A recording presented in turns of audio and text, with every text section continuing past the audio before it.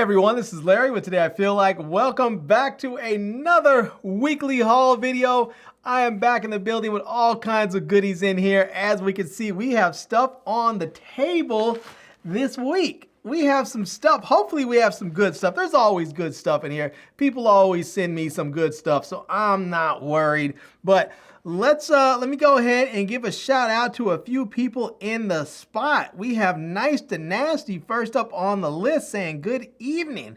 We have Teresa says she can't stay, she's at work. You gotta work, you gotta get that grub, gotta get that money. So there you go. All right, let's see. We have Pedro in the building says, evening Larry, evening to you, sir. Tip the hat. We have Charles Tuttle in the spot. What's up, bro? I see you in the house, Charles. Big up to you. Let's see here. We have Irlid in the house. Irlid's in the house saying hello, everyone, and shout out to you in the Philippines. Big ups to you, man. Let's see. We have, Wolf Fist Man 187 says, what's up to Nasty? There you go. All right. Let's see here. What do we, oh, look at this. We have Sandra Lott in the building. Big ups to you, Sandra. I see you in the spot. All right. Oh, we have the true living legend, the true and actual living legend Dortz in the spot. Big up, let's see you, Ledge. All right. Said excited for that new phone. What new phone? What are you talking about? Anyways. We have Phyllis Avery in the spot says, hi, Larry. Shout out to you, Phyllis. I see you. Big ups. I like seeing names in the comments section that don't always make it through to the weekly haul videos. So big ups. All right, let's go ahead and get some stuff opened up here. And this is, I numbered some things here, so I have some stuff numbered and some stuff I may just open at will. But let's get this one open first because, well, it was the first one to come in. And it's in a bag, so it's easy to open up. So just like that, booyaka, it's open. All right, let's see what we have. Oh, look at this. This is the Solo wallet. Look at that. We have the Solo wallet, and there's two. Now, I don't know if that means that there's two different ones or I have a giveaway coming. I'm not sure. But before I even open the package up, because I'm going to open it up, but before we do, let's see if I scan the barcode, if anything comes up. It doesn't have an Amazon barcode on there, but it does have a barcode. So let's see if I scan this thing, if anything is going to come up. Oh, something came up. Look at this. All right. Let me go ahead and pull it up on the screen so that we can all take a look at it. Let me see if I can, let me go ahead and bring that up right there. And that is my browsing history. We'll click that so we can get into it. And there it is. This is the Solo Wallet Go Anywhere RFID protected slim minimalist wallet. Look at that. This thing is definitely slim. You can see it's got the card slots in there. It even has that little cutout so you can easily push your cards up. And it looks like there's a little signature, little thing on there. It says Flight. I guess it's either Flight or Flint. I guess it's Flight. Yeah, look at that. On the other side, I think this right here, I think that part actually is like a money clip part. I think that holds your money in there. So shout out to them. That looks pretty cool. Okay, there we go. We can see it says quick card access with finger notches and thumb slot. So that looks kind of dope. And then on this side, you can see it says it holds 3 front cards with RFID protection. So you have that.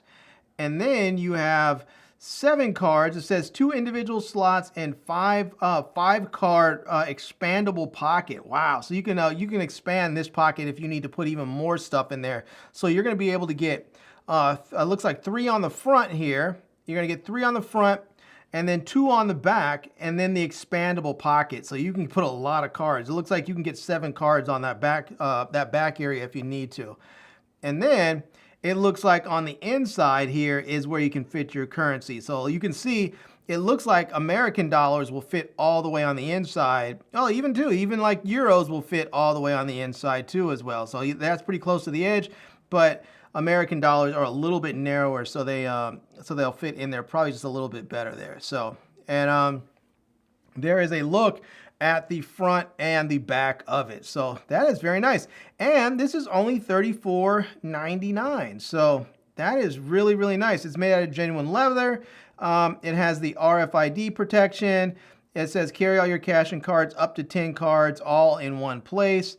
That is very, very nice. I like that a lot. All right. And again, this is only $34.99. You can get it by Monday if you order it today. So yeah. Actually, if you order it by, if you order it in the next 4 hours, you can get it today. So, all right, let's do this. I'm going to open this up because I want to see what this thing actually looks like. And I don't know if it's going to be the same. It's all nice and packaged up, so I don't want to like open the same. Let me do this. Let me scan this one and let me see if this looks like it, if it's going to be the same one. If it has the same barcode, then I know it's the same one. Then it may be a giveaway that I have to do. So.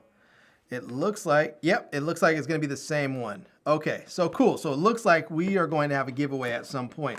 But let me open this thing up and see if I can get a good look at it, because this thing looks like it's going to be pretty cool. All right, some nice tissue paper in there, so they give you that nice experience. And oh yeah, I like this. It feels really good. You can see there they talk about you have that thumb slot, so you can push up. You just push that, and actually got to get that. You have to work it in a little bit so that you can get it nice and workable. And then, oh, yeah, I guess the card is slippery. I guess I have to put in a real credit card so I can actually get some grip on it, because the piece of paper that's in there is slick. But yeah, this is it right there. That is kind of nice. So you can see there, it does have the slots on the front and the back. It has that expandable slot right there so that you can put more cards in there. And then you have this center part. Oh, look at that. The center part actually has, I thought it just dropped in from the very top, but it actually has sort of a little cutout right there, so you can actually slide everything in there and get everything in nice and easily. This is going to be really, really cool. I like this. It looks like it's going to be thin. I have a front pocket wallet now, and this is my front pocket wallet, and you can see it has gotten to be a little bit thick.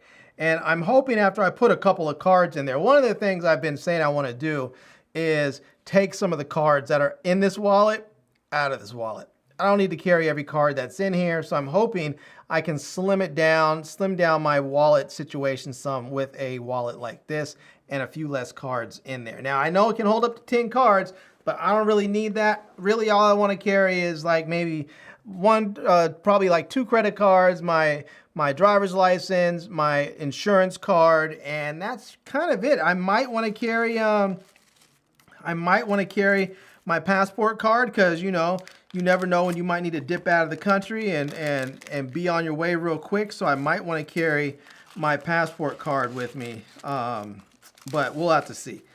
We'll have to see how everything starts to fit in there. That's one of the things when you start thinking about stuff you want to fit in there. After a while, you start saying, well, I'll just add this. I'll just add that. The next thing you know, your wallet is all extra big and back to the way you were trying to get away from. So hopefully I won't have that problem. All right, let me see if I can get this back in here. They did a really nice job of giving you sort of nice minimalist packaging, but also making it feel like a nice, good, high quality experience. So, all right, shout out to, this is from Solo Wall. So this is the Solo Wallet. So we can see that right there. And let me just drop us back into the browser right quick there. We can see that this is going to be from the brand FLYT. I believe that's like flight there. So you can see, actually, I don't think their store is going to, oh yeah, they have some other stuff, like they have a belt there. And I think some of this other stuff is not theirs, but yeah, some of the other stuff they're just showing. I think Amazon just pulled up anything that has FLYT. But yeah, so all right, well, that's the wallet. It looks pretty cool. I'm a fan. I'm going to give it a shot and see if it works out for me. All right, let's put those off to the side so we can move on. Let's see here. We have Big Tim Windsor in the building. Big Tim, what's up, man? Shout out to you. Shout out to you. All right. He says, smack those thumbs up, people. Let's show Larry some love and support. I agree. Smack those thumbs up. Show some love and support. I really appreciate that. All right. Let's see. Let's move on to number 2. And number 2 is right here. This is actually number 2. All right. This is from, as I can see, from Pitaka. And Pitaka actually makes, they make phone cases and some other type of stuff similar to that. And so let's see what they have for me. You like how I did that, right? You like my knife flip. Ha ha! Bling bling! I've gotten used to it, though. I can pretty much do it on like muscle memory now. I don't really need to think about it so much. I just go ahead and pop that bad boy open. So, all right, let's see. We'll go ahead and grab this one and do that. Now, some of you had asked me privately about the other knife that I ordered that they had not sent me. I was waiting. It's been like 3 weeks, and so I called them. I think it was yesterday, and I finally just canceled the order because I was like, it's taking too long. I don't know what's going on with it. I have other stuff that I want to buy now because it's tech season. So, you know, there's some stuff I want personally, some stuff I want to get to review that the companies didn't send me. So I was like, I'm just gonna have to cancel it. So, all right, it looks like they sent me a few things. I have no idea. This thing feels like metal. I don't know what it is, but it's but there's a few things. So this is a little product catalog from Pitaka. You can see that. Let's see if we can get that in there. A little product catalog. They're gonna show some of the products that they have available, and they have all kinds of stuff available there, from watch bands to mag sleeves to shells for your AirPods, phone cases, the Easy Mag stands. They have all kinds of stuff in here. AirPods cases. They have quite a bit of stuff in here. All right, let's we'll see if we can get this folded back. There we go. So get that back in there. And there we go. And now this, I don't know what this is. It feels like metal. And I'm not exactly sure. I guess I'll just have to rip that plastic open. Oh, it is a Mag Easy wallet there. Look at that. It is a wallet so that you can put your card. I have 2 wallets in the same day. Look at that. So this is going to work with your MagSafe compatible or Mag Easy compatible, either or.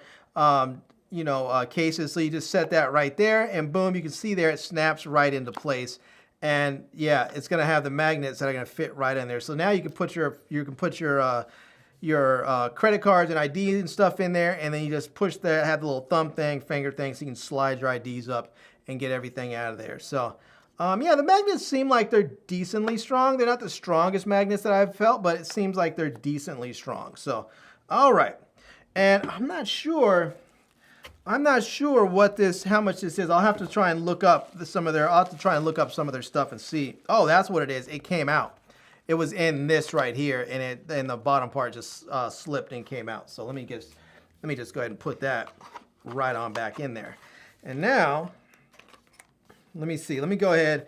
Let me just take the plastic off of this. Let me take the plastic off of this and just get everything out, and we'll see what we have today from Pitaka. So it says details make perfection. So they sent me looks like they sent me 2 of them.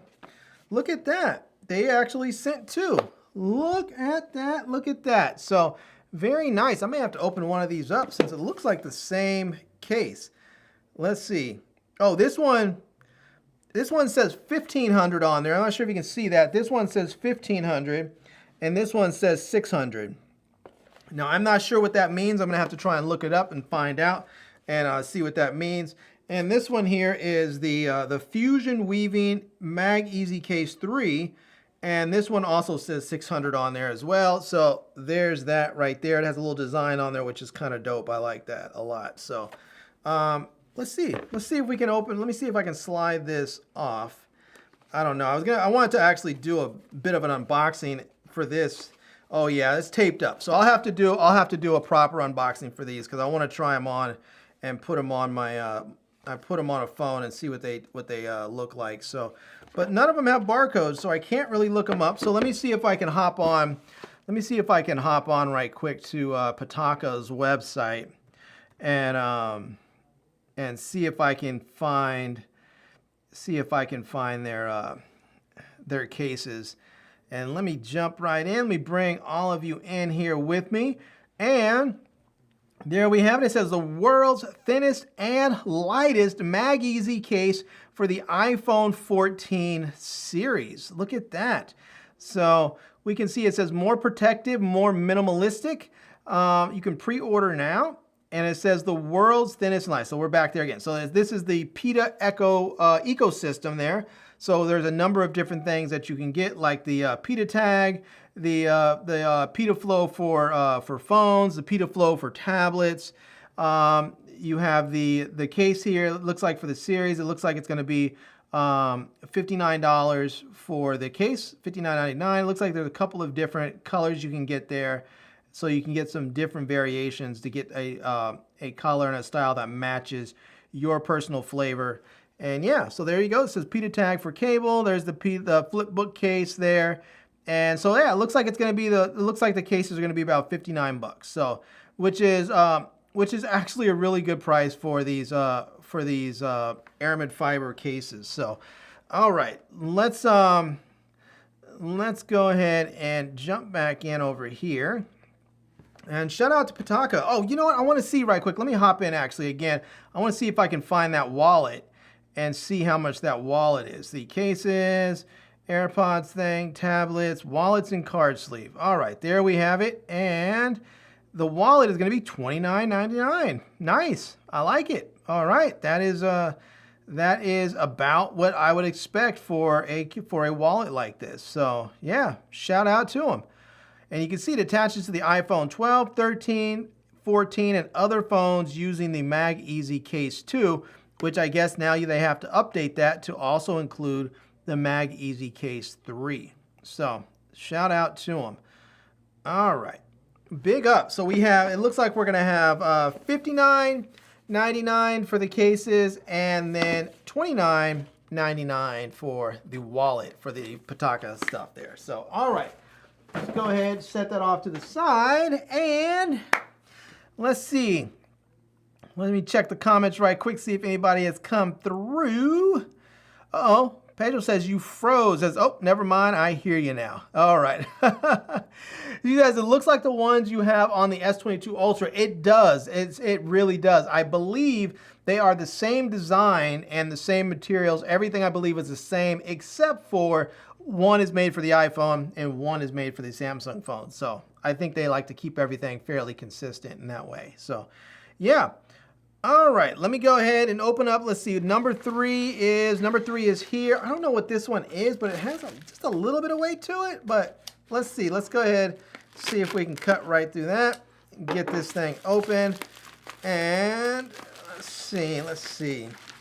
Did I cut it all the way through? Yeah, I did. All right, let's get this. And, oh, it looks like, man, people are all about their cases this week. I guess because the iPhones are out, people are going to spend money on phones. They're also going to want to put a case on that phone. So people are making sure they send them out. All right, so it looks like SUPCASE sent me some unicorn Beetle cases, and these are going to be for, these are going to be for the iPhone, 13 or 14 Pro Max. So we have one in mauve, one in 2 in mauve, and 3 in mauve, and 4 in mauve. Okay, so here's the deal. This is the UV style case, and this mauve one is for the iPhone 14.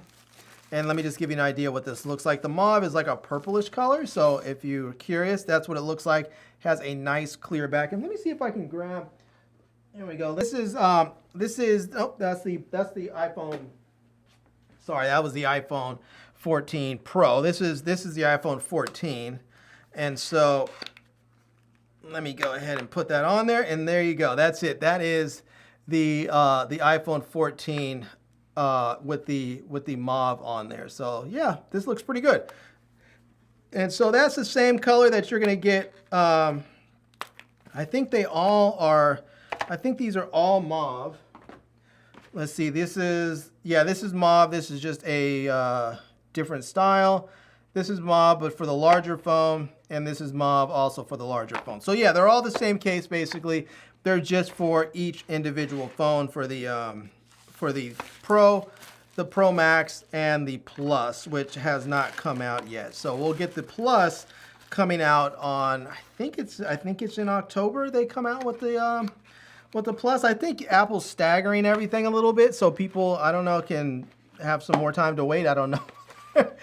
Apple is doing a whole thing where they release the Pro and the Pro Max today. I think the 14s came out today too. And then next week, I believe it is, they come out with the Apple Watch Ultra. I think today it came out with the Apple Watch 8, but in the SE, and I think next week is when they come out with the Ultra on the 23rd, and then after that is when you'll start to see the iPhone 14 Plus. So, all right. Big Les says, are you getting the Apple Watch Ultra? I'm leaning heavily towards it, yes. Do I need a new watch?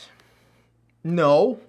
But I'll be honest with you, the one reason why I'm really leaning towards the Ultra is because I want an Apple Watch with better battery life. I have been considering leaving the Apple Watch behind, and the Samsung Watch behind for that matter, and actually just going back and wearing one of my Garmin watches or wearing maybe one of my Polar watches, because those things have incredible battery life. The Polar watches, they last for about maybe 10 days, almost 2 weeks. The Garmin watches last about a week, 8 days, something like that. So, I mean, they just have much, much better battery life. But, you know, I do like my Apple Watch. I do like the smart features on there. I just don't like the battery life. I don't like charging the watch every day, having to constantly worry, do I have enough battery life to make it through the night when I want to track my sleep? If I have enough battery life to get through the night so I can track my sleep, do I have enough battery life that, you know, that it can make it through the day when I'm out and about? So I'm constantly putting the thing on a charger. So I'll be happy to have a watch that has better battery life, and I guess I'm just gonna have to pay the piper and spend the extra money to get it. So, yeah. All right. Let's see here. Sana says you look like a kid with your haircut and shave. Well, thank you. Appreciate that. All right. Oh, let me see if I can find these SUPCASEs and find those. Let me see. Let's see here. SUPCASE. And let me bring you in right quick. And here we go. Let's see, SUPCASE, and here is one right here. Let me just go ahead and see if I can bring you into their store so that you can see. And let's see here. All right.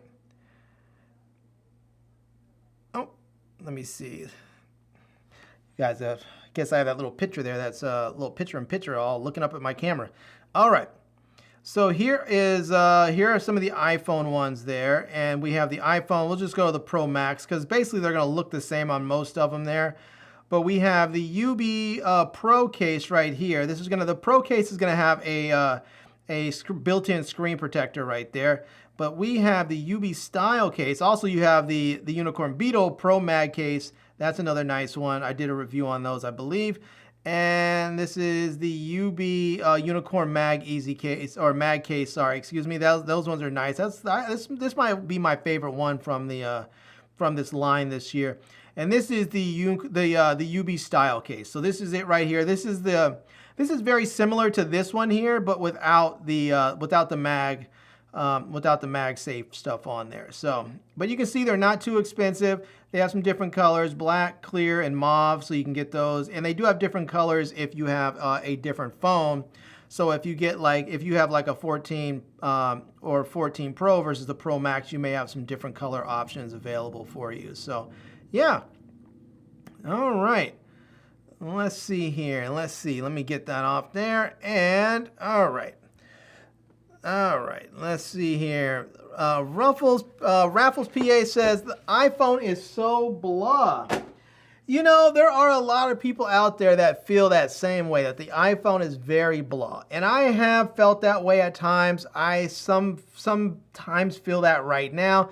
I really want Apple to, like, at least for one generation right now, and they should do this every few generations, they should stop with the incremental upgrades. They should stop with the, you know, sort of the we're going to refine this, we're going to refine that. Sometimes you need to have a big leap forward, and they haven't had one of those in a very long time.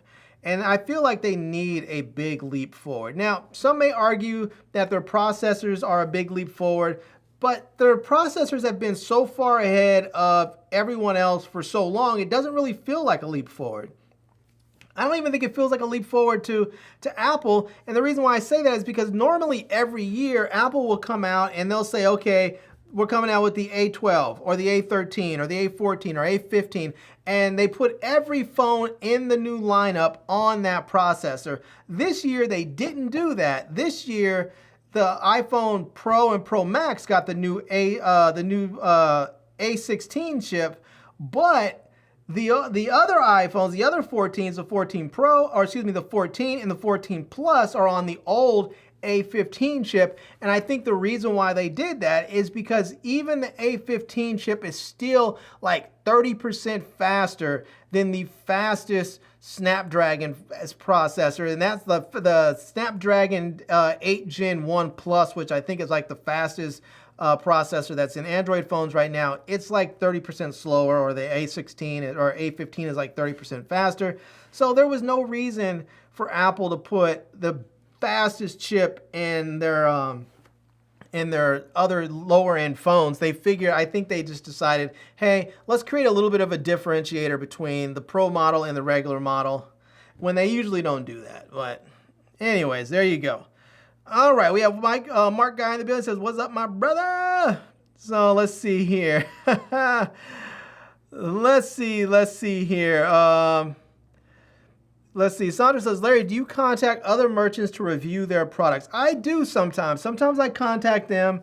Sometimes they contact me, and it's just sort of it just depends on what the product is. So yeah. I think we have a guest here. Let's see here. Let's see if I can bring him in. Let's see. Let's add him to the right. We have Big Cove in the building. Yes, sir, my brother. Yes, sir. How we doing? Oh, I'm doing good, man. How you feeling?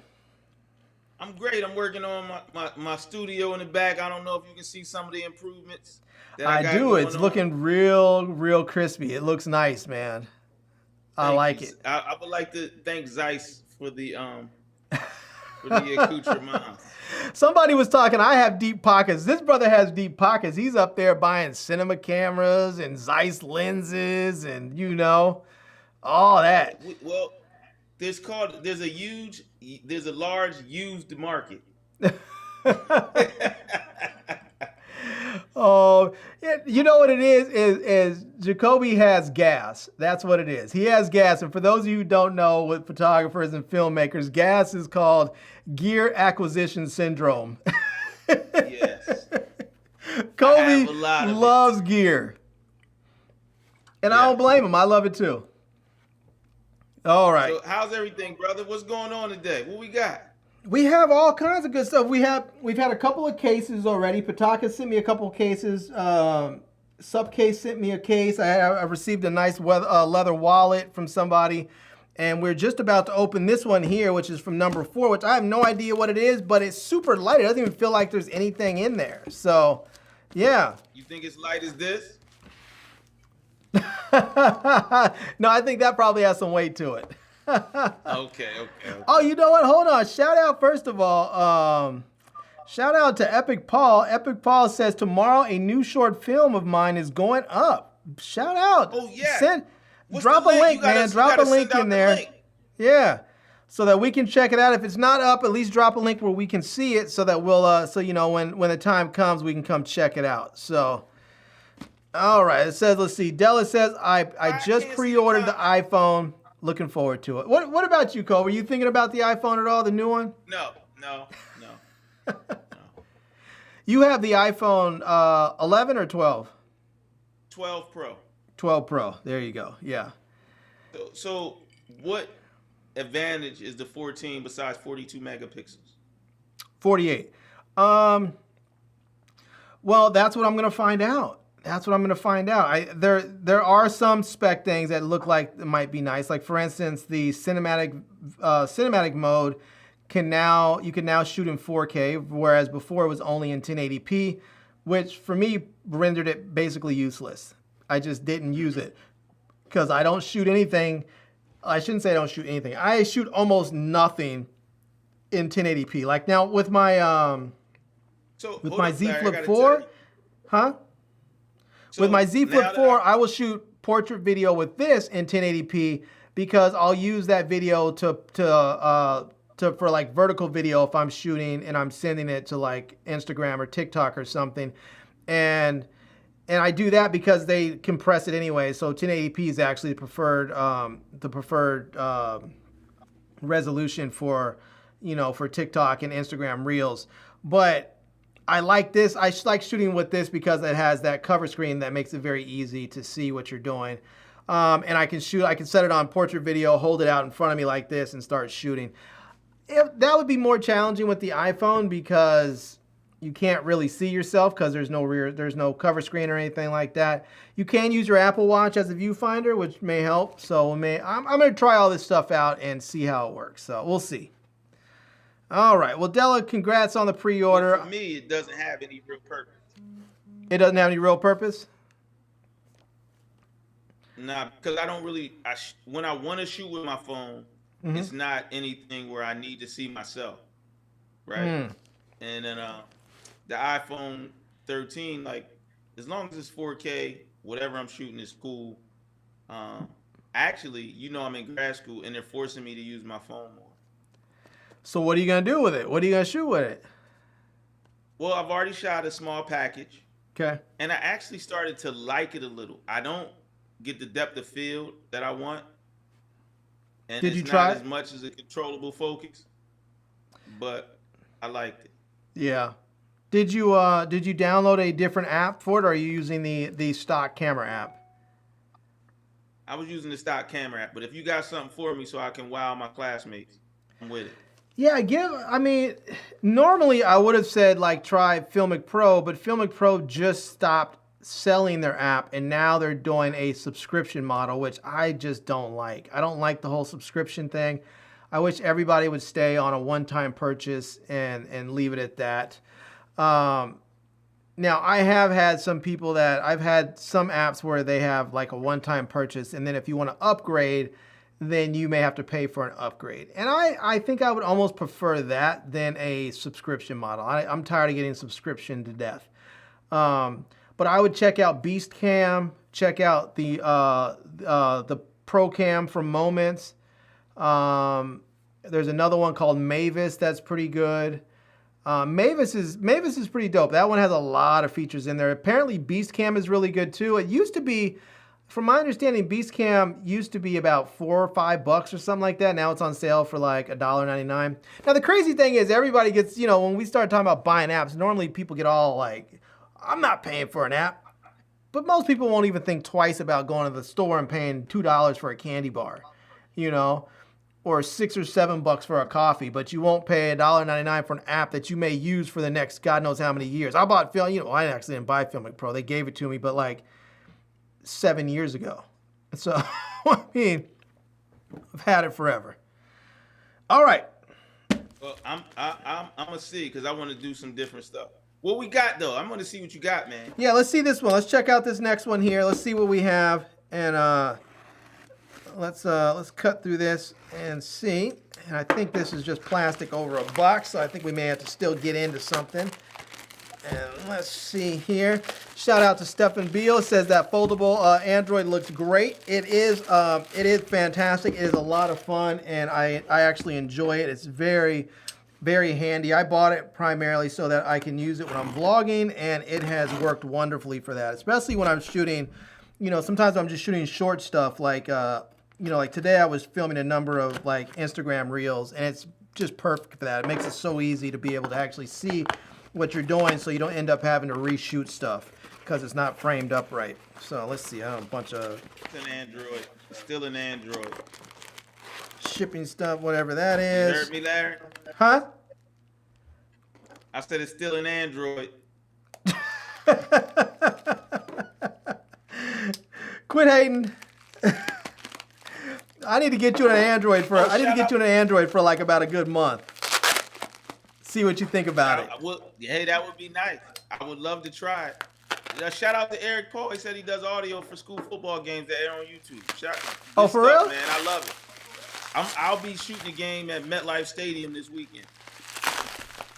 Nice. What? Well, hold on. Let me see what we have here, and then I'm gonna ask you about it. So this looks like this is the LumiTop EDC flashlight. So we have the LumiTop EDC flashlight there. So I have no idea what this is or what it's gonna look like. Let me see if there's yeah, I don't see any barcodes on here, so I don't know if I can scan this. All right, let me see if let me just do this. Let me see if I can look this up. So while I'm looking this up, who are you shooting this week? For those of you who don't know, Jacoby works for a. Why don't you tell him who you work for?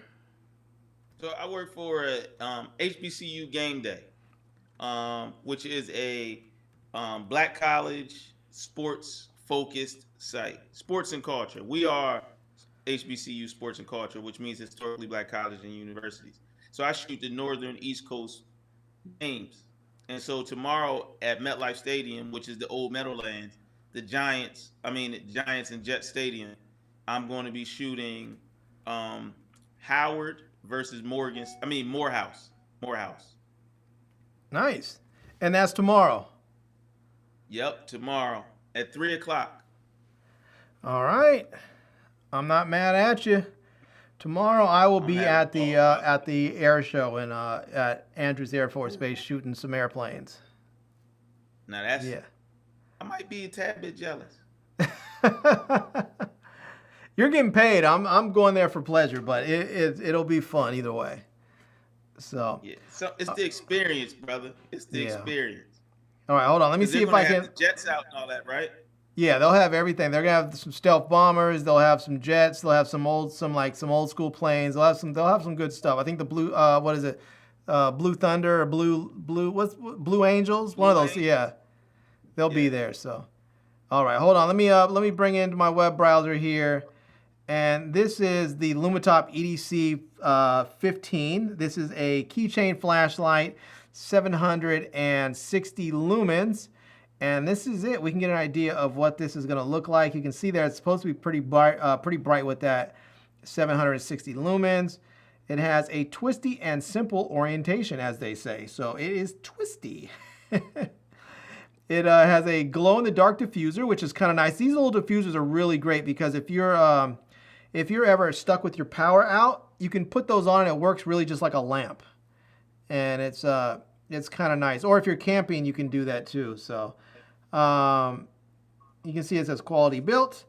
It says made of aircraft grade aluminum, flat tail capable of standing, OSRAM LED, bead surface optical lens, anti-slip curling, keyhole, and glow-in-the-dark O-ring. So there you go.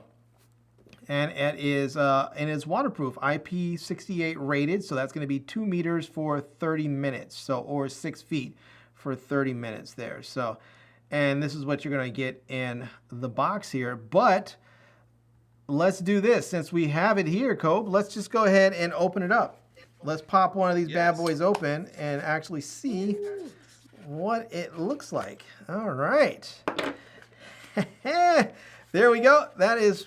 Get the unboxing experience. You're going to get the user manual right there, and then you're going to have flashlight. As we can see, we're going to have, it looks like the little keychain part right there, the little glow diffuser, and an extra O-ring in case you need the gasket. So let's get this out. I think this might have a built-in battery. Let's see here. I think this might have. Let's see. Where is let's see here. Sometimes sometimes they put a little piece of paper in there to block the connection so it doesn't discharge. Oh no, this doesn't. I think this takes maybe a AAA. It looks like a AA battery. It looks like it's going to take a AA battery. All right, well I guess I'll have to get a AA battery so I can try this at some point. But this is what it looks. This is how you put that little diffuser on. You just pop it right on the top there, and then this is going to send it out and make it like a nice lamp. So what other situations could you use it in? Like for me, and like maybe Eric, who's getting his Letterman this year. But like when you, at night, if it's a dark game, looking in your camera bag. Yeah, that's why I carry flashlights when I have in my camera bag, is because sometimes I'm in dark places and I need to be able to see in my bag without lighting up the entire situation. You know, probably about a month ago, I was shooting at a theater at the Shakespeare Theater in downtown in DC. And so while I was looking in my bag for something, the theater lights were already down. So I was able to I have a flashlight with me. I was able to put it on a very low setting and then take a look inside my bag and not have to worry about fumbling around and making a bunch of noise looking for something. I was able to look, see exactly what I needed and pull it right on out. So yeah, because that's what I think sometimes people, you see a flashlight, right? And you don't think of all the uses a flashlight could be for. And all the little nuances that come with a tool like that. That's a very, very, especially as small as it was. Right. To pack in your bag. Yeah, it's one of those things that, you know, you don't always think about it until you need it. And so it's just, this is one of the things I tell people with flashlights. If you get a nice one, you may not ever have to buy another one. So just like, don't cheap out and go buy like a 99-cent one or a $2 one at, you know, that's not like at the gas station in one of the little plastic, you know, buckets there.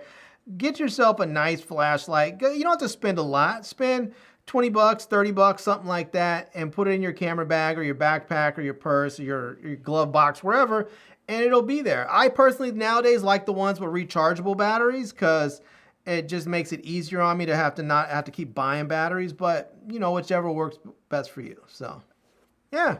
Yeah. Now, the reason I like, especially like when I'm sitting here with you and I don't always get to be on, you know, sometimes I got to watch from afar, is that some of the stuff that seems ubiquitous or not as important is very important depending on the situation you're in. And like for the stuff that you bring up, a flashlight is like apropos.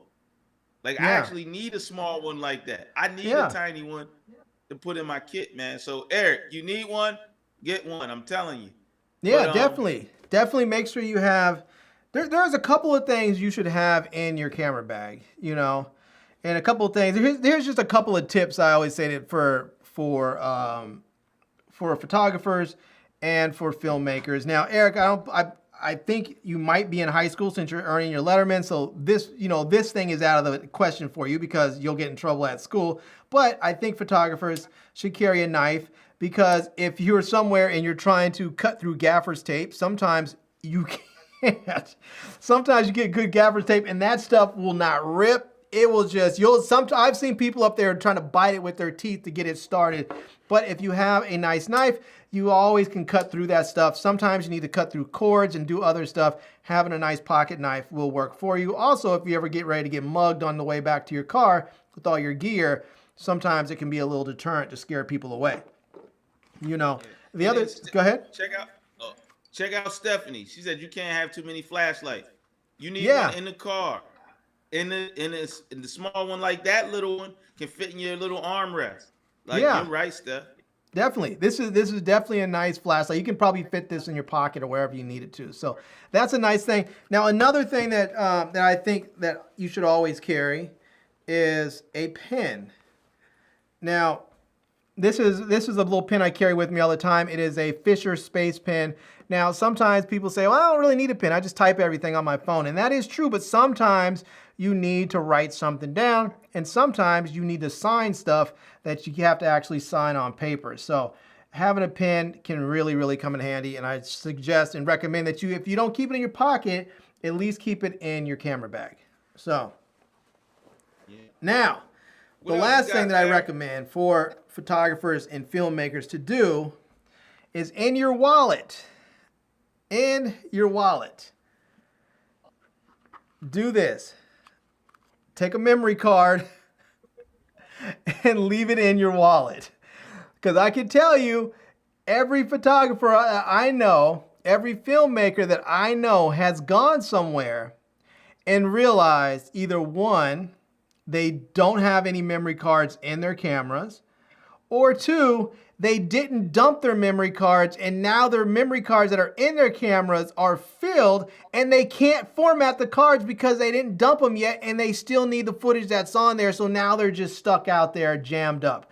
So keep a memory card in your wallet, something that's a decent size, like 128, 256, something that will get you through enough of a shoot. Like you may not be able to get through an entire shoot with 128 gigs or 256, but if you shoot sparingly, if you're like, okay, I'm not just going ham, I know this is all I have, so I'm gonna shoot and be mindful, you can make it through. So just carry an extra memory card. It doesn't always have to be, you know, the best or the greatest, but I would say get a card that can handle shooting the footage that you normally shoot. So if you normally shoot 4K at 10-bit, get a card that can handle that. So I just want y'all to know, these are the conversations that me and Larry have when we're on the phone. If we're not talking about food, right? These are the conversations we have all the time. So you're sitting in here in our conversations, and this is something that we do all the time. Yeah. Hi, Evil Witch. She checked in. You know, shout out to you. We have Monique 69 Ways Johnson. Shout out to you. I saw Monique last night. I think it was on Lamont's channel. Big up to you.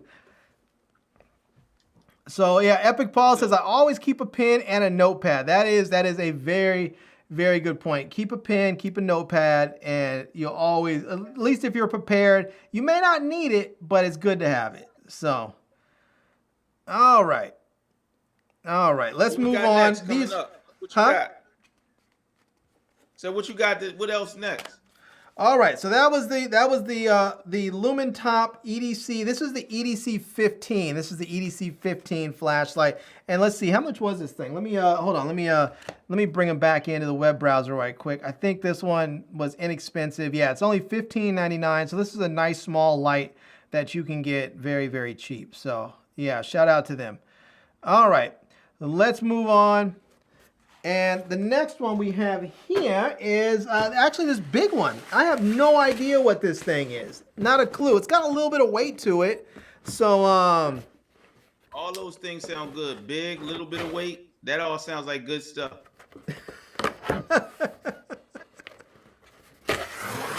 All right, let's see what we have. This thing is yeah, this thing, what is it?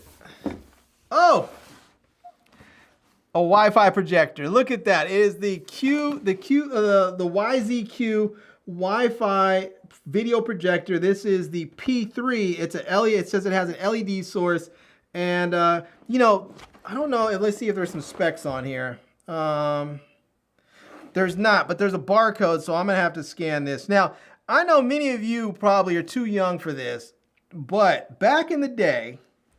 I don't even know if Kobe was shooting back then, but back in the day, we used to shoot and we'd have our stuff on chromes or slides, as photographers we call them chromes, but they're basically slides. But I know what you're talking about. And we used to have slide projectors, and so there were times if I was going for a job interview, they might say, "Hey, I want to see your stuff. I want to see your stuff large," because sometimes people would make little portfolios and the stuff that your images may not be super sharp. So they were like, "Let's project it and see what it really looks like." So sometimes they would tell you to come in with a slide tray of like your 20 best shots, and so you would come in with But now you don't need to worry about that because now you have these projectors. You can digitally project your stuff and get it going. Now this thing is not. It's not showing up on here. My brother's sending me that as a gift. Am I sending this to you as a gift? Yeah, I was just wondering. Do you need a projector? Is that what you're telling me? I need everything. Who's the legend Dorch? I want to know who that is. That's my nephew. Hello. So I'm the other uncle then. You gotta All right, tell there the we go. nephew We I'm have the it baby scanned in. uncle. All right, let me see. Let me see if we can bring it up. And Ledge does say, let's see, what Ledge say? Ledge says, Shan has been looking for a projector. You should let her know if you like it. Actually, Ledge, I already gave her a projector. The day that I went up there and saw both of you, I actually gave her a projector and some other stuff there. So she has one in her dorm room now. So she is squared away. All right. Let's see. Stephen Bill says, I love my projector. I projected up to 100 inches. Yeah, I don't know how big this one's going to go, but let me see if I can pull up my browsing history, and we'll see what the specs are on this thing and see if it looks like it's going to be good. So let's see here if I can get back to let's see. All right, here we go. Let me bring you in, and there we go. Now, what would you do with the projector, Jacoby, if you had one of these? What would you are you gonna watch movies on it? So you're gonna put your footage on there? What are you gonna do? So it's beautiful to have it since it's wireless, right? So yes, it's the fall right now, family time. Sometimes at night we can watch Monday Night Football. We can watch it in the backyard with friends. I can have like little late night cartoon or things with my kids. You know, those are the things that I would do with the projector. And since I also work in some other environments, you know, I can show other stuff in other places, create artwork, you know, whether it's been a video or something, in unique spaces. That does seem dope. You know, and that's really what I would do. And like, so I shoot, since I love sports and highlights, and I like creating my highlights. Those are my artistic expression at this point. Okay. Maybe create a artwork setup like of a accumulation of football highlights, but instead of just on 100 inches, right? Back it up. Maybe make them 10 feet tall. This thing says it has a max of 300 inches. Oh, bro, I'm having ball.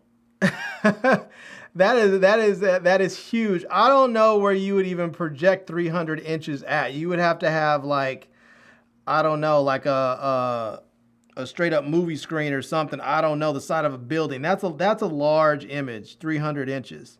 So, but listen, but we do see. Hold on, we do. My house. The back side of my house. That's enough. Okay, well there you go.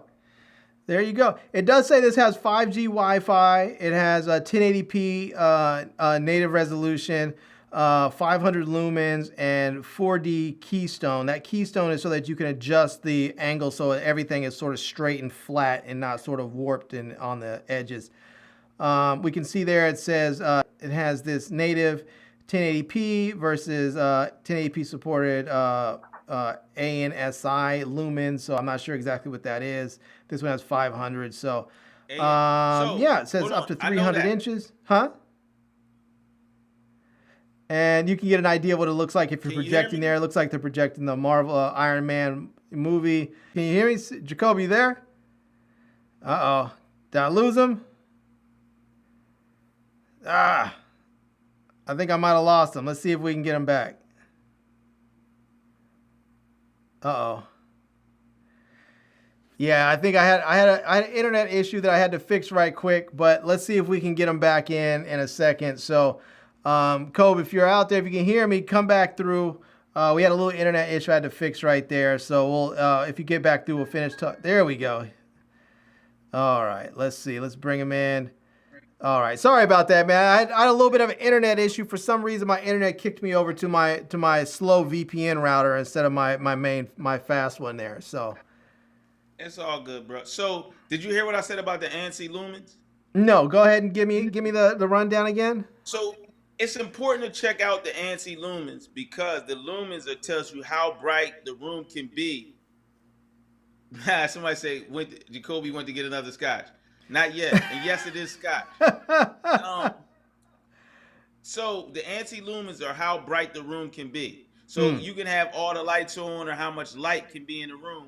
and it will be bright enough to project. So for filmmakers, what I would say is when you have a monitor and you go outside, is it bright enough to compete with the sun? Okay. And that's what the ANSI lumens are related to, how bright it's going to project from the wall and all that other stuff. Because I actually used to have a projector, and I created my own screen with this. It's a company called Screen Goo. Okay. Where you can paint the screen stuff on the wall, and now you can project on the wall like it's a real movie screen. Right. No, that is important because, you know, it's one thing if you have a room that's just pitch black, then it doesn't really matter because you know whatever light that's hitting there, it's not going to compete with anything else. But if you are trying to watch a projection and you may have a window, but you know, somewhere in the room that's putting light in there, or maybe you have a light on in the kitchen or something, that light is going to compete with the projector light. So I guess you want the highest number of ANSI lumen that you, ANSI, what do they call it? ANSI lumen? Yep, ANSI lumens. Yeah, so I guess you want the highest number that you can get. Contrast ratio.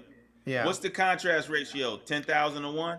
I don't know. Let me see. Let's take a look again. Let's go in and see. Let's see. It's let's see if there's some specs in there that they can give us. Let's see. It says 50 to 300 inches for the screen, 1.5 to 9 meters, light movie night, blah blah blah. Dual band Wi-Fi, 4D correction, yada yada yada. I'm not seeing anything on here about contrast levels. So maybe it's something that will show up in the box or something. Let's see. Yeah, because that's important, because that's also talking about the sharpness, because a lot of times when you put a projector, it can be washed out if you don't have a good screen. But the contrast ratio is what makes the picture look good and stuff like that. So now you can decide, like, it helps the picture when you don't have a professional movie screen. It helps the picture still look good. I didn't know that. Yeah, well, I told you, like, I for about 5 years, my projector was my TV. That's kind of dope. That is kind of dope. Yeah, so I had to do research, and it was literally 100 inches of diagonal. So it was 100. What is it? What they say? Not a 75-inch, but it was a 100-inch TV on the wall. Right.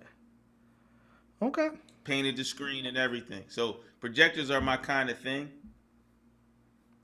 So well, this one here is, it looks like it's going to be $199.99, and it's going to there's a $10 off coupon, so you can save a little bit extra on there to drop that price down just a bit there. And this is from the YZQ store right there.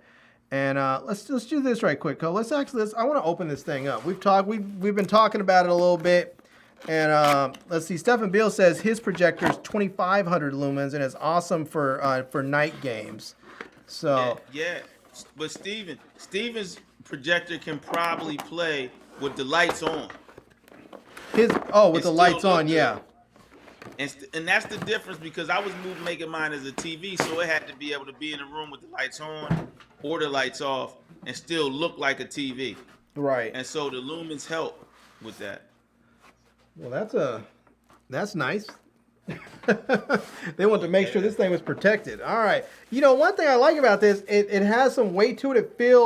It feels robust, but it doesn't feel overly heavy. Like someone's not going to have a difficult time actually carrying this and moving this around. Some of these things are real heavy, and some people are saying, I worry about having something too heavy. I won't be able to lift it. I'll have to call someone every time I want to move it around somewhere. So this is nice that anybody can pick this thing up and move it. So, yeah. Let's see. Obviously, don't look into the lens, as it says there. I guess this is going to adjust. This is going to be, I guess, your, what do you call it? Your 4D, yeah, whatever that is called there. And you're going to have all your controls up there. There you go. That looks good. Yep. Piece of plastic or hair or something on it. And the way you're throwing it around, it definitely is light. Yeah. So I still don't see anything on here about contrast levels, but this is the P3 here. So yeah, I'm looking forward to maybe seeing what this thing can do. So check out this. Huh? Here's another important feature. Look and see if it says if it's a short throw. Short throw? Yeah. Let's see.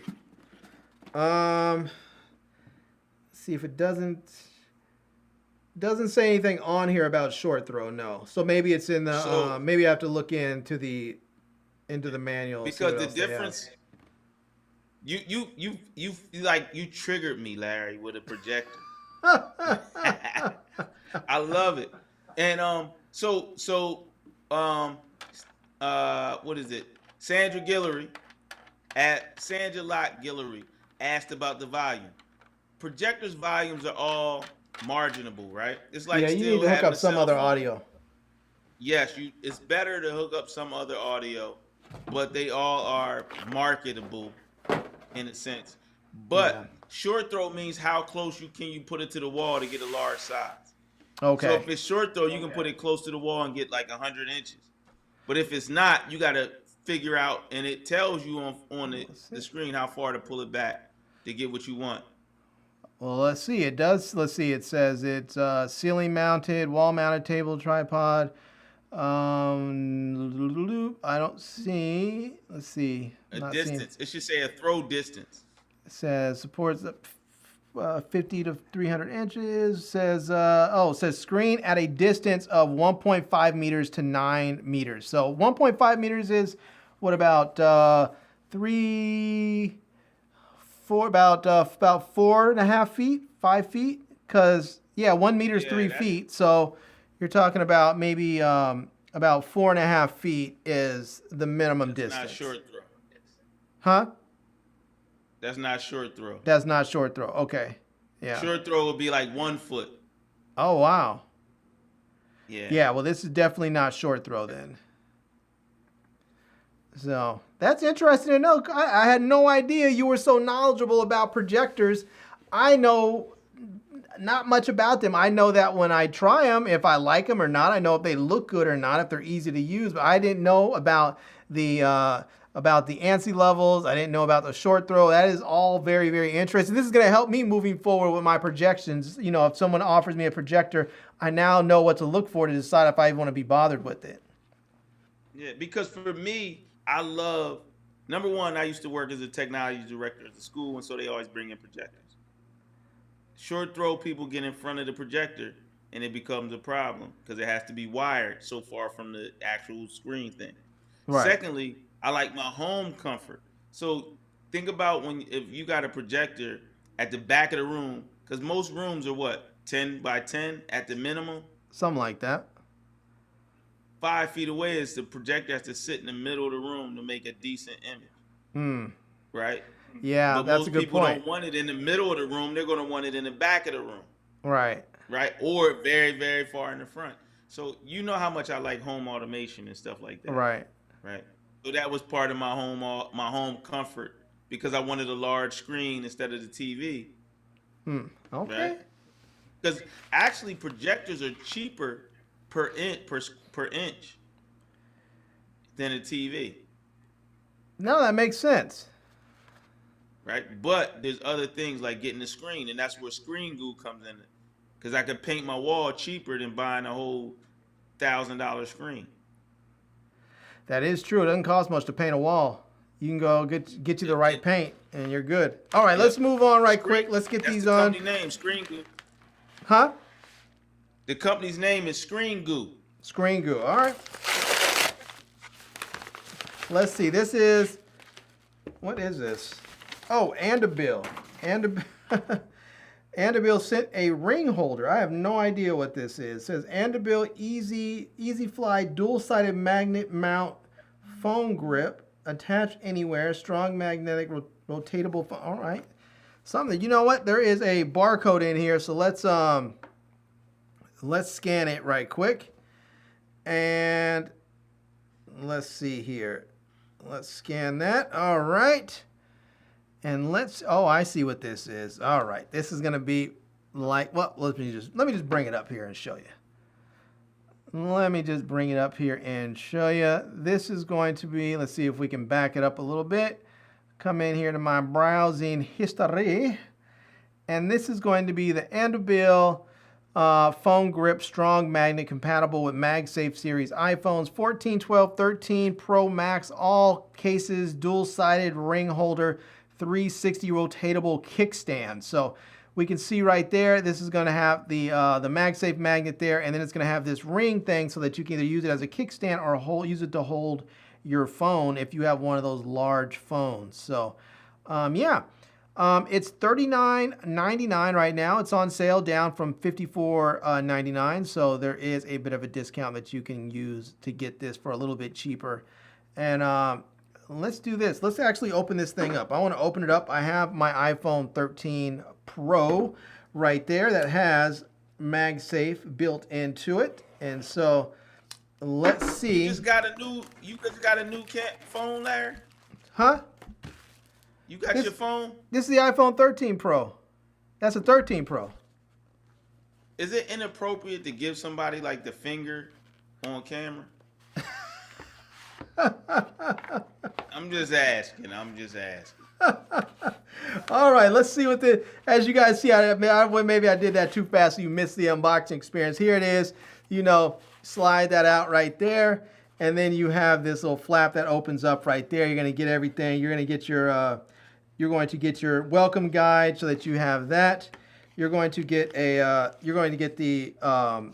it looks like the ring here, and it looks like they have some they have a cleaning cloth and they have some magnets here. So in case you don't have a magnetic case or phone, you can use this. They have stickers. You can peel off the stickers, put this on the inside of your case, you know, or on your phone. And they also have these they also have these bases here so that you can peel this off and put these on the inside of your case, turning your phone case into a MagSafe case. So you have that. And then you also have, let's see, it looks like the matchup card, so you can make sure you get everything matched up properly. You have some transparent stickers for some reason. Don't know. I'd have to look at the instructions for that and see. Seems like a lot for a little sticker thing here, a little case. So anyways, here is the actual magnetic ring thing there, and it should work if you just already have a MagSafe case. You should be able to stick it right there, right onto your phone. And now you have this little ring right here that you can use as a kickstand. You'll see there it rotates so that you can get it the way you want it.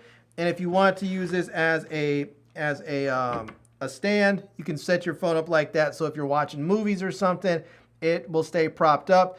And if you want to use this as a ring, you put your finger in there just like that. And now you have your hand so that you can use this one-handed, because some people have a hard time reaching the top of their screen.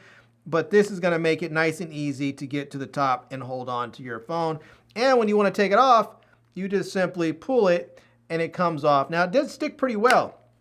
This thing did stick pretty well. So it has, you can see there, it takes a little bit of effort to actually get it apart. So it's not one of those cheap, chintzy sort of magnets. This one actually has a bit of strength to it. So yeah. All right. Shout out to Andobil. And again, this thing is going to run you, what is this? $39.99. So there you go. If you're looking for one of those rings like that with magnets on there, this one is going to work for you. All right, let's set this off to the side because I want to get to my last product of the evening before we get up out of here. This is the thing I've been wanting to see. I know a couple of people have asked about it, and let's check this out. This is my iPhone 13. Time to set that aside because we have the iPhone 14 Pro Max, and I can't even open it on camera right now.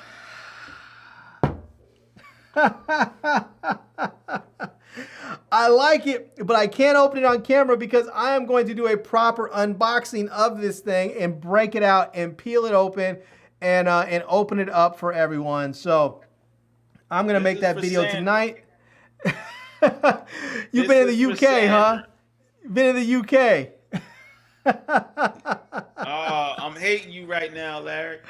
Oh man, but I did get the iPhone 14 Pro Max. I got the deep purple version.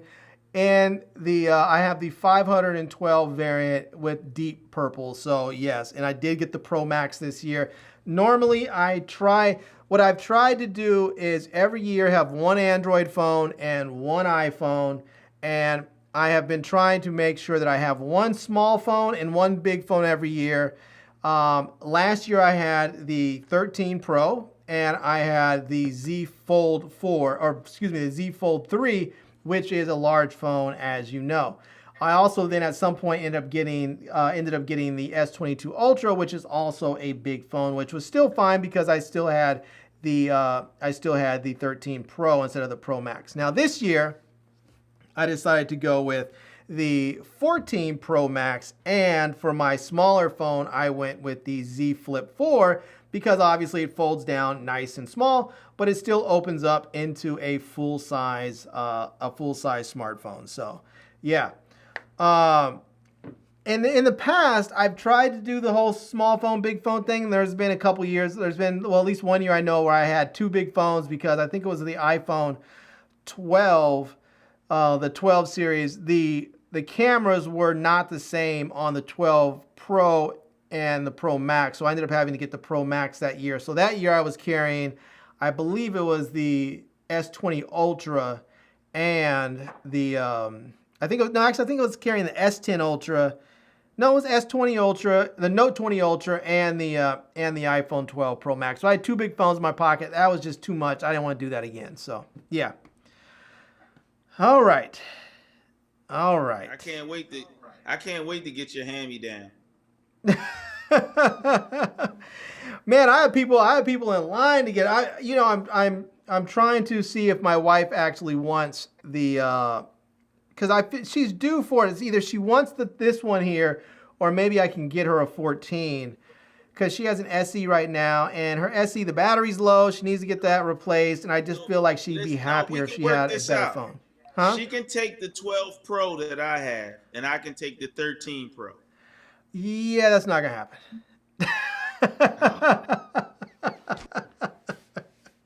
You know I love my sister though.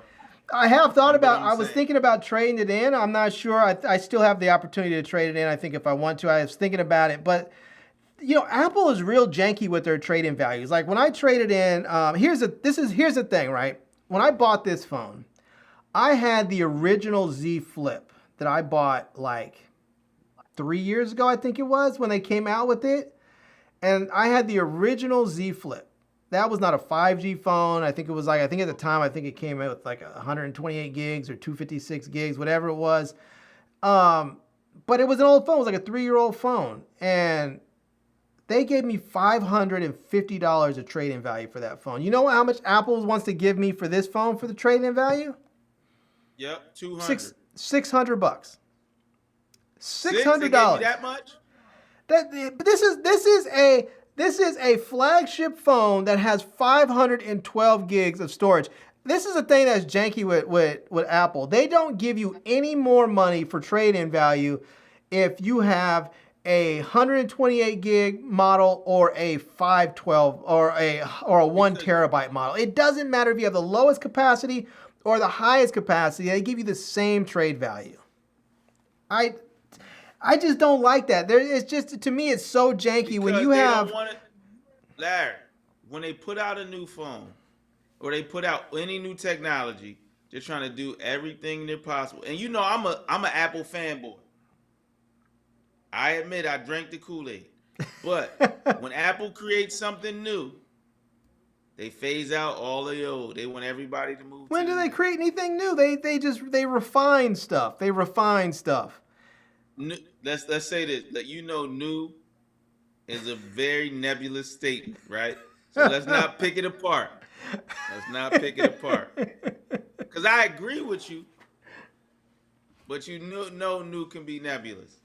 So, I mean, here's the thing. In the past with Apple, I've ended up selling my phones just on the open market. Either I'll sell it to a friend. Like my last few phones, I've had a friend of mine that has been upgrading phones and getting phones so he can have one he give one to one of his kids and keep one for himself, give one to his wife, keep one for himself. So that's why I've been selling my phones recently, or I've been selling them, or I would sell them before that, like on the open market. I would post them on Craigslist or on eBay or on Facebook Marketplace, and then I was able to sell the phone for a little bit more than what I would get in a trade.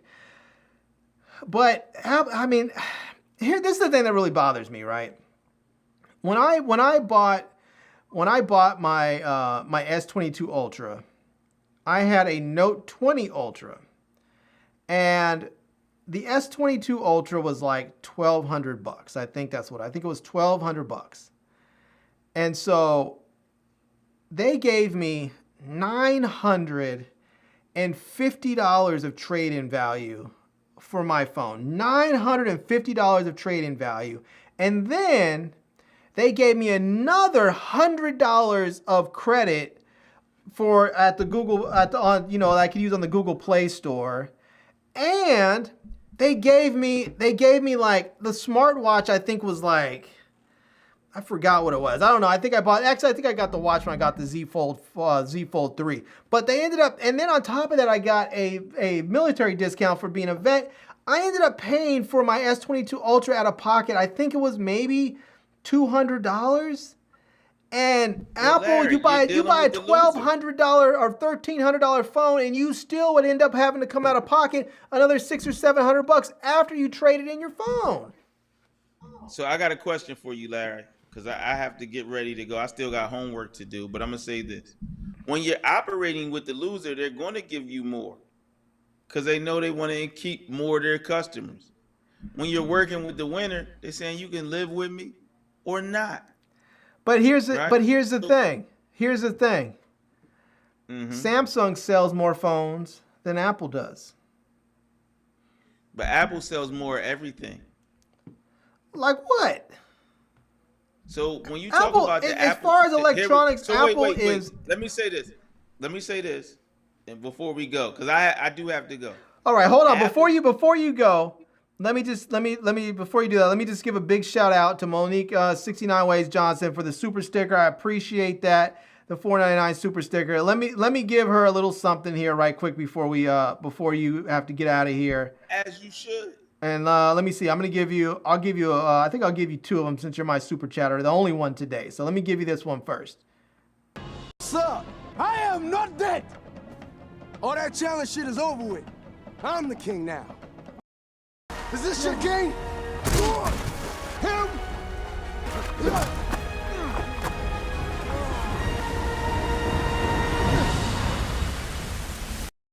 You smart. You very smart. We the best. You a genius. I love it. All right. Well, thank you so much, Monique 69 Ways Johnson, for the super chat. Big ups to you. All right, Jacoby, what were we going to say before you get out of here? Well, first I'm going to say shout out to Monique 69 Ways Johnson. Definitely much love. But when you're buying Apple, you're buying part of the ecosystem. And the ecosystem just works. It does, but here's the thing. When you buy a Samsung phone or a Pixel phone or a OnePlus or a Nothing or a Xiaomi phone or any other phone that runs Android, you're also buying into an ecosystem. You're buying into an ecosystem that runs Android. You're buying into an ecosystem that runs Google. You have much of, if not all of, the same stuff that you get with Apple products. The only difference is if you would have, instead of being like, the only real differences that I see, and these are the main things that people who want to see this argument. Some do. There are some iPhone people in here with me, but there's a lot of Android folks on my channel. So, but here's the thing. We got to have this argument, and they got to come watch. We can't do it now because we'll stay on for 2 hours. All right. I'll just say, if Apple did not have, and this is why they won't ever let it go cross-platform, if Apple didn't have iMessage locked down and they didn't have AirDrop, a lot of people would be out. A lot of people would be out. They would go and leave Listen. and go some. Ooh, Larry. So I'm gonna say this: you're being narrow-minded and naive when you miss out on what the Apple ecosystem provides. Now, here's the thing: the only true Google operating system, right? I should say the only true system that runs Android is the Google Pixel. And it runs pure Android, but it runs pure Android, but everybody else runs the same Android. It just runs it with a skin on top. Exactly, which causes problems. So don't act like that's innocent. Not really, not anymore, because they used to have all kinds of problems, but now since they came out, since they came out, whatever, man. Since they came out with One UI, they haven't had those issues. But I agree with you. In the past, they did have those issues. So the thing people have to understand about Android, Stephen built on both, so am I. Monique, on both, so am I. Yeah. No, I don't have a problem. I can't afford 2 phones. Oh, come on, man. I can't do it. You have a membership to a ale club. You can afford whatever you want. Stay out my personal life. So I'm also a mead maker and fermenter. But so what I'm trying to say is that people don't realize in this day and age, your cell phone becomes your backbone to your technology ecosystem, even as far as your house, school, and some other things. And that's where, when it's too many people making things for your product, it doesn't just work or operate the same way. Now, Google has better services. Some of the phones that now I said Google, I'm being specific because that's talking about Google and the Pixel. Now, some of the Android phones, see, people say Android, but they forget that there's many companies that make phones. Every phone for Android is not better than an iPhone. No, not every. No, there's a lot of garbage Android phones out there, no doubt. Yeah, but we got to be clear because. But we're talking about flagships. But Samsung makes the best Android phone.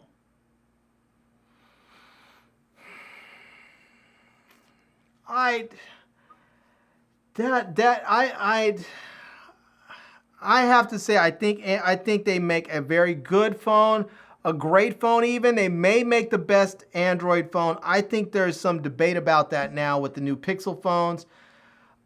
I think that Samsung, because their phones have the best cameras on there. I mean, here's the thing. If someone said to me right now, Larry, you can only have one phone, pick. You only get the one. I would choose a Samsung Galaxy S22 Ultra because it is. I got you.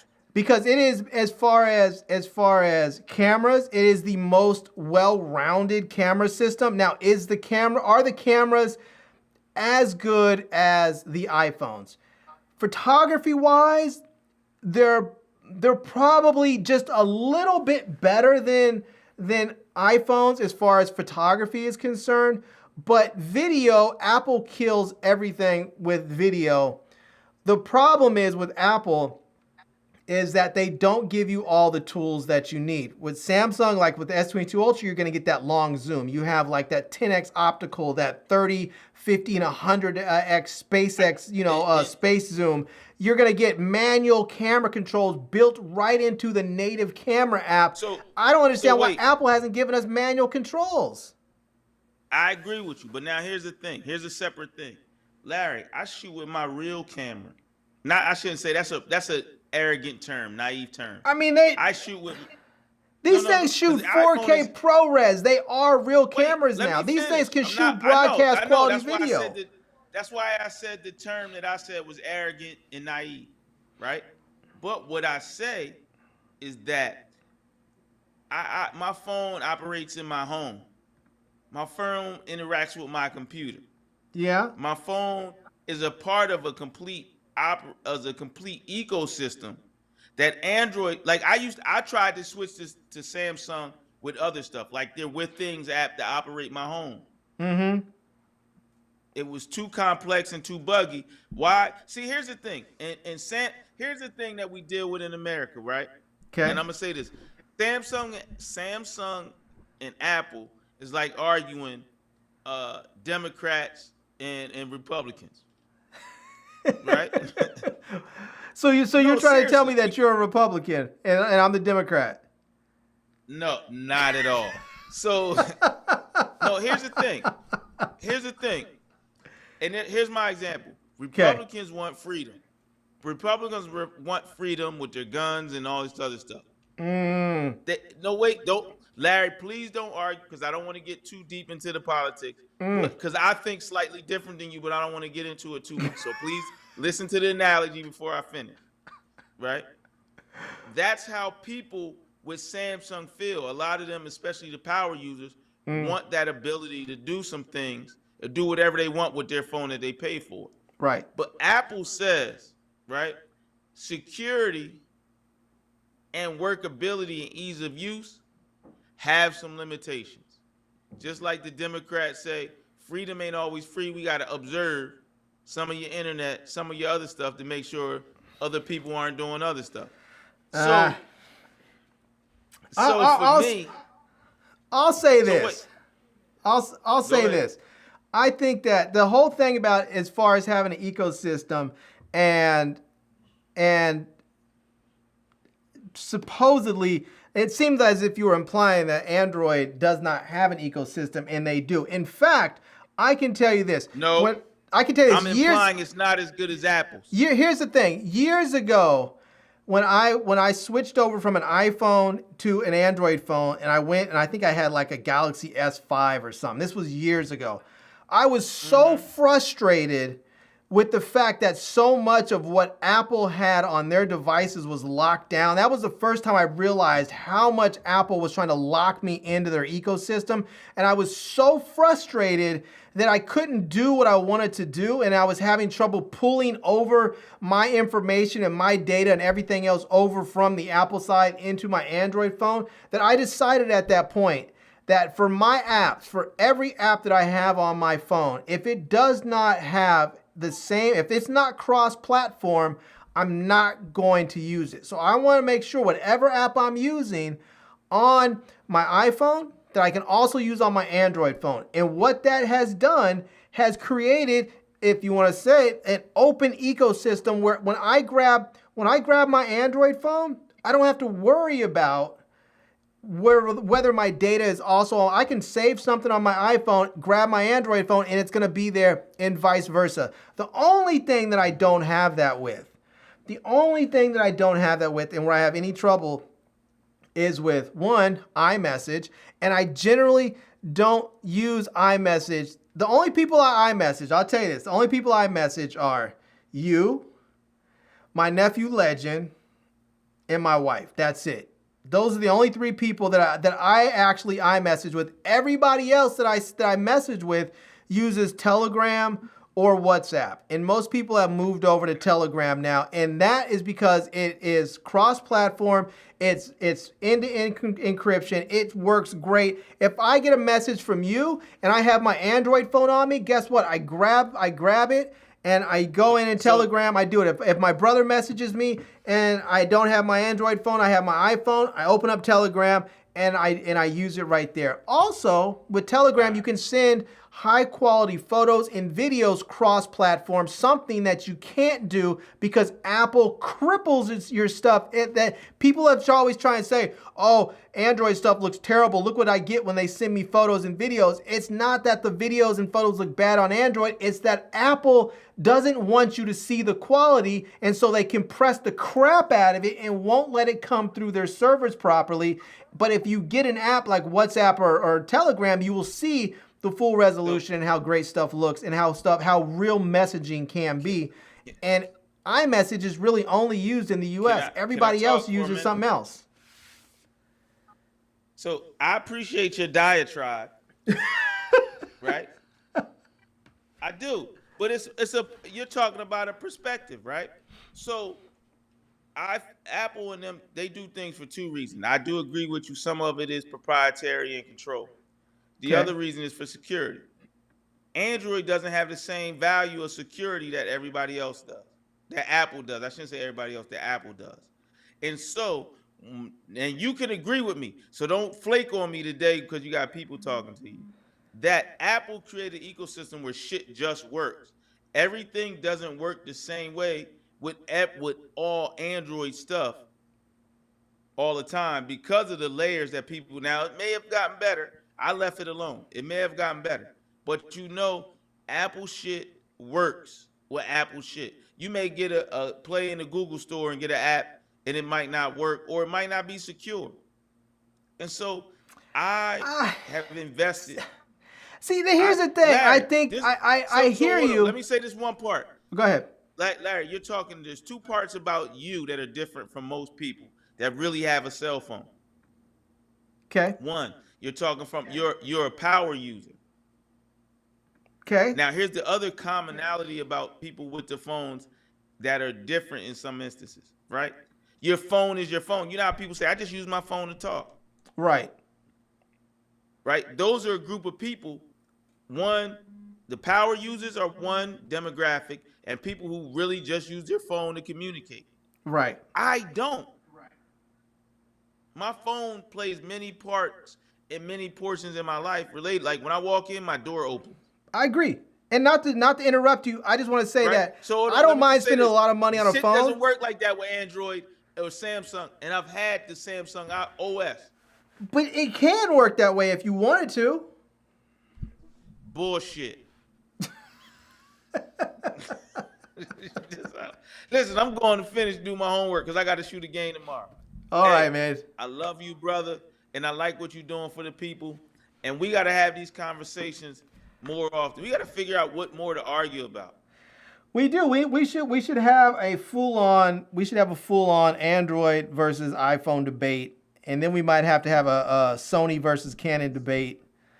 You know, and oh yeah, I'm Canon all day right now. Yeah, I have, as you know, I have both because I guess because I can.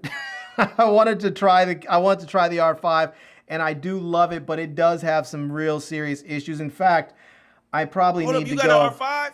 Huh? Yeah, I've been on the R5.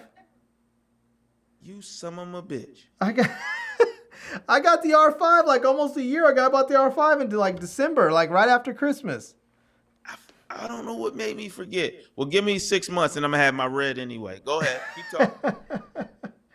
Anyways, man, let me get out of here. That was the last product of the day anyway, so let me get up out of here. Shout out to everyone that came through. Thank you so much. I appreciate you.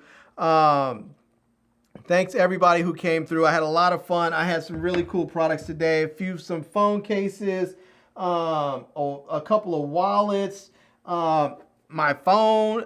And I still have another phone to review. I still have this one, the Unihertz TikTok E that I still haven't got to. I need to do that one too. So yeah. So let's see. But anyways, some good stuff. So I want to say thank you to everybody that came through today. I had a lot of fun, and I will check you soon. If you're interested in any of the products you saw today, go ahead and check the video description. I'll leave a link down there for the products.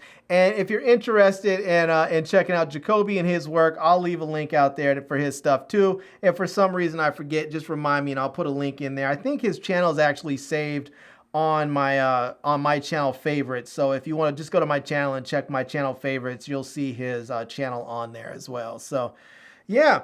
All right, everyone, it's been real. Thank you so much. It has been a good time. Let me give you a couple of good things to get out of here with. And let's see here. Let me give you this one.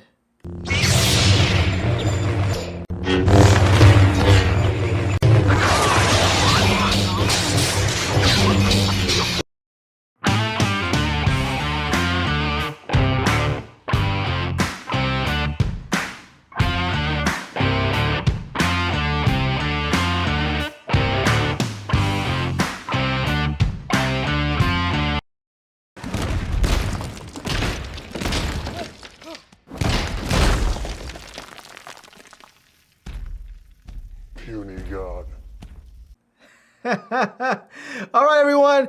Thank you very much for coming through. I'm out, and until next time, head over to Lamont's channel too. If you guys are have enjoyed this, head over to Lamont's channel, the Life Gains channel, and check him out. And again, I am Larry with Today I Feel Like, and until next time, love, peace, and hair grease. Peace.